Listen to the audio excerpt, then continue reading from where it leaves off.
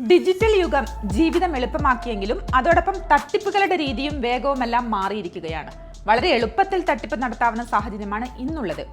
യുഎയിൽ ഉൾപ്പെടെ പറ്റിക്കപ്പെടുന്നവർ സാധാരണമായി മാറിക്കഴിഞ്ഞു. ഇതിനെ നിയന്ത്രിക്കാൻ യുഎയിലെ സൈബർ സംവിധാനങ്ങൾ നിവാസികൾക്ക് നിരന്തരം മുന്നറിയിപ്പുകളും ഒപ്പം തന്നെ ജാഗ്രതാ നിർദ്ദേശങ്ങളും നൽകുകയും ചെയ്യുന്നുണ്ട്.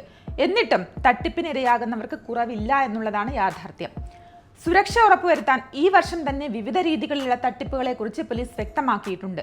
ഉദ്യോഗസ്ഥർ ചമഞ്ഞ് തട്ടിപ്പ് നടത്തുക, വ്യാജ തൊഴിൽ വാഗ്ദാനം നൽകി വഞ്ചിക്കുക തുടങ്ങി പല രീതികളിലാണ് തട്ടിപ്പ്.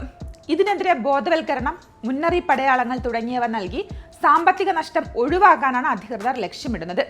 US ഫെഡറേഷൻ ബ്യൂറോ അതായത് FBI റിപ്പോർട്ട് പ്രകാരം കഴിഞ്ഞ വർഷം സൈബർ കുറ്റകൃത്യങ്ങളിലൂടെ യുഎയിലെ US പൗരന്മാർക്ക് മാത്രം 45.9 ബില്യൺ ദിർഹം നഷ്ടപ്പെട്ടിട്ടുണ്ട് എന്നാണ് കണക്കുകൾ. ഇന്ത്യ ഉൾപ്പെടെയുള്ള രാജ്യങ്ങളിലെ പൗരന്മാർക്കും സമാന സാഹചര്യം തന്നെയാണുള്ളത്.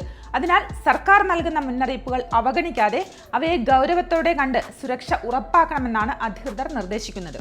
കൂടുതൽ വാർത്തകൾക്കും വിശേഷങ്ങൾക്കുമായി ഗൾഫ് ചന്ദ്രികയുടെ ഓൺലൈൻ സോഷ്യൽ മീഡിയ പ്ലാറ്റ്ഫോമുകൾ സന്ദർശിക്കുക, സബ്സ്ക്രൈബ് ചെയ്യുക, ഫോളോ ചെയ്യുക.